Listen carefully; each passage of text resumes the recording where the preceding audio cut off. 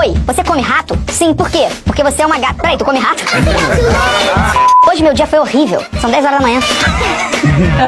Ei, tia, agora que eu percebi, você nunca me pergunta, e os namoradinhos? Toda tia faz isso. É que eu sou realista, né, Rafaela? Quem vai te querer? Ô, vamos no cinema? Fazer o quê? Sei lá, fazer um churrasco. Linda, vamos numa balada hoje? Te pago uma bebida. Eu sou evangélica. Então vamos pra igreja? Eu pago seu dízimo. Quebrei a tela do meu celular já. Nunca mais te dou nada, Luiz. Manda foto. Como vou mandar foto da tela, mãe? Tira print. Oi. Não consigo dormir. Eu consigo. Boa noite.